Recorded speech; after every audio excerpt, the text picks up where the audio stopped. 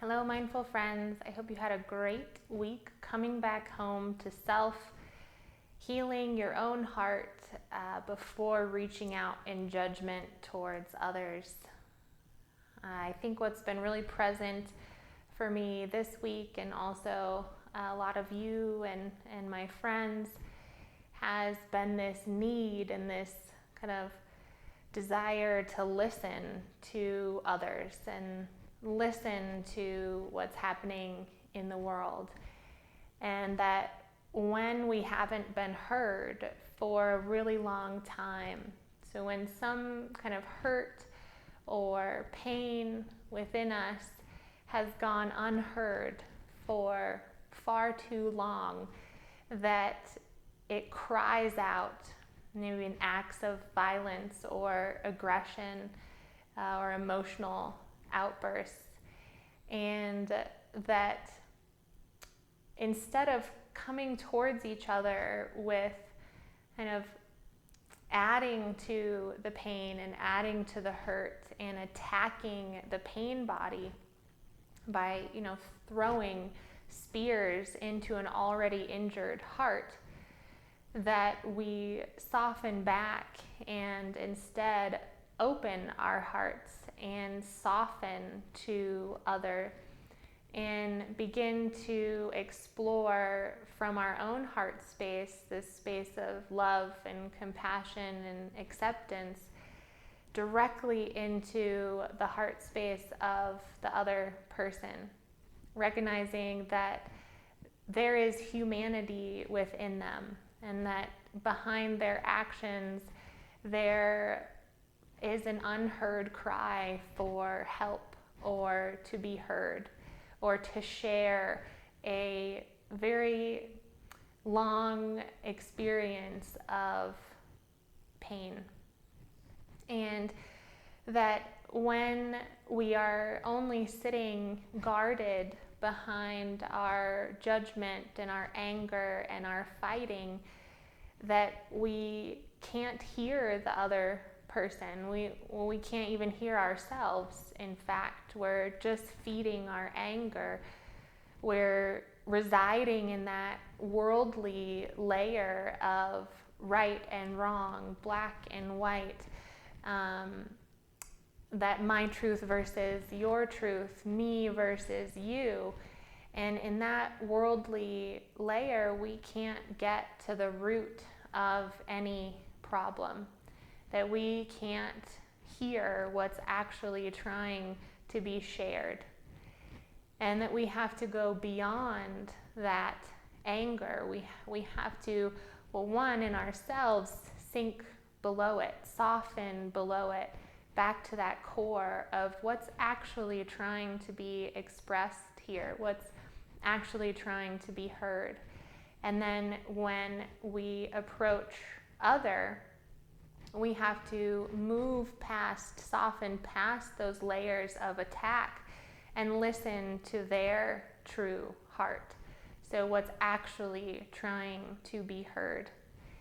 Because anybody who is kind of approached with aggression or attacked with anger, they are going to move right into defense and they're going to guard their own truth, and you are proving to them that they are correct. You're giving them a reason to continue the fight because you are displaying that you are somebody to fight against. You're a threat. Whereas if you soften and you approach them in kindness and with an open heart, they're much more likely to soften and open and see and hear your truth and your pain than if you're coming at them in blame. So blame, all it does for people is put them on the defensive, makes them want to defend their behavior and justify it. So you're feeding their own justifications by attacking them. I always liked this story. It was a kind of old Asian parable, but that there was this monster who lived up in this cave. and that on the other side of this mountain pass, there was this kind of field of produce, of fruits and vegetables. And so the village wanted to get up and over the pass, but they would have to fight this kind of monster to get there. And the town's strongest warriors would try, one after the other. They'd go up with their spears and they'd attack the monster with anger and spears and have their shields with them. And every time that they would throw a spear, the monster would just get bigger and bigger and bigger. And one day, this kind of elderly gentleman in the town, he says, well, let me try. And everybody laughs at him, like, yeah, right, all of those soldiers went up there, those strong, well-trained soldiers, and they couldn't defeat this monster. What are you gonna do, old man? And the old man packs his bag with a thermos of tea and some nice delicate teacups, the prettiest ones that he had, and he walks up to the cave and he just sits outside the cave and he waits. He makes no aggressive attack. He does not approach the monster. He just sits and waits. And the monster roars out from the cave, you know, what do you want? What are you doing? And he just sits and he says, I'm going to wait here with my open heart until you want to come out and join me. And the monster stays in there. He stays in there. And then the old man, he opens his thermos of tea and he brings out his pretty teacup and he pours a cup of tea, and the monster smells the tea and he approaches. He still doesn't say anything. The old man doesn't say anything. He just sits there quietly, kind of calming his fear, connecting with his own heart space, staying open. And that the longer he stays there quiet, open, listening, that the monster approaches more. And that the monster, he takes up his teacup and he takes a sip. Still quiet, still quiet. The man makes no movement to approach the monster at all. He just sits there with his open heart. And then every moment, every sip of tea, that the monster, he starts to shrink. And he gets smaller, and he gets smaller, and he gets smaller. And he eventually turns into a little mouse.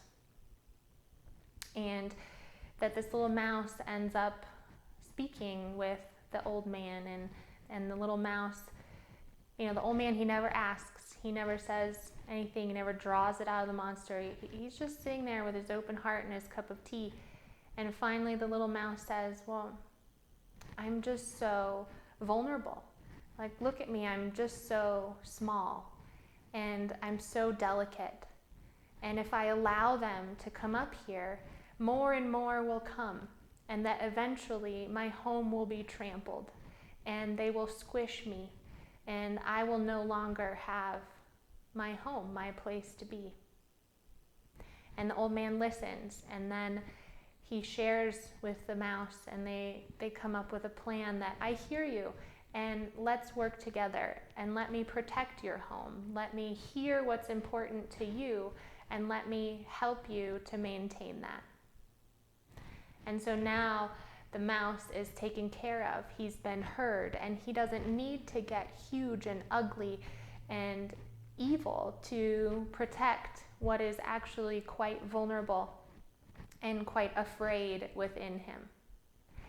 And that this is the same. So kind of use that parable this week, and instead of approaching others with anger and feeding their fear story, rest back. Open your own heart. Come back to your own breath. Stay still. Opening, and then prepare to listen. And that each one of us needs to be heard, has something that needs to be heard. And so begin to listen to the other. Begin to hear their story and their heart and their fear and their vulnerability.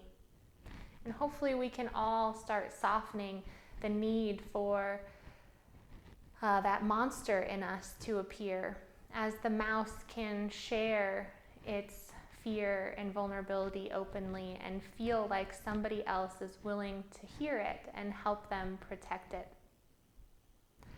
So this week I invite you to kind of sit back, come back to your breath, open that heart space, and prepare to listen to others.